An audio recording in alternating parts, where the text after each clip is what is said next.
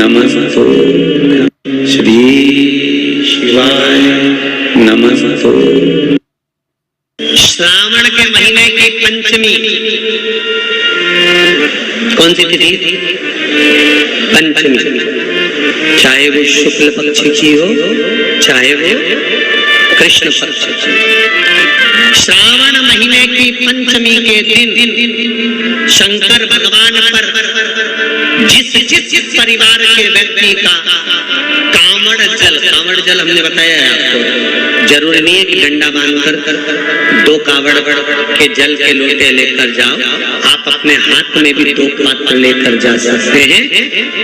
पंचमी तिथि के दिन हाथ में 2 लोटे जल के, 2 कलश जल के जब हम शंकर भगवान को चढ़ाते हैं तो ऊपर जो कमंडल होता है शिव जी के ऊपर जलधारी होती है, जिसमें जया, विषहरा, शामली, बारी, 2 तली और देव, शंकर भगवान की 5 बेटियां जिसमें विराजमान होती हैं।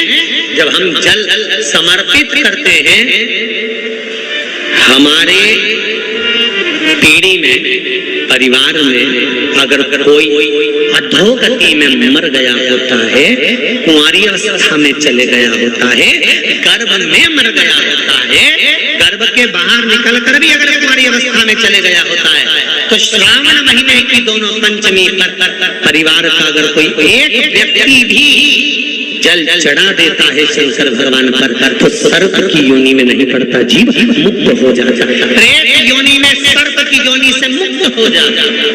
महाराज, हमारे यहाँ सांपों की पूजन कौन से दिन होती है, कौन सी तिथि में करते हैं? जम के बोलो जरा। नाग पंचमी। नाग पंचमी का मतलब क्या है? सांपों की पूजन करो।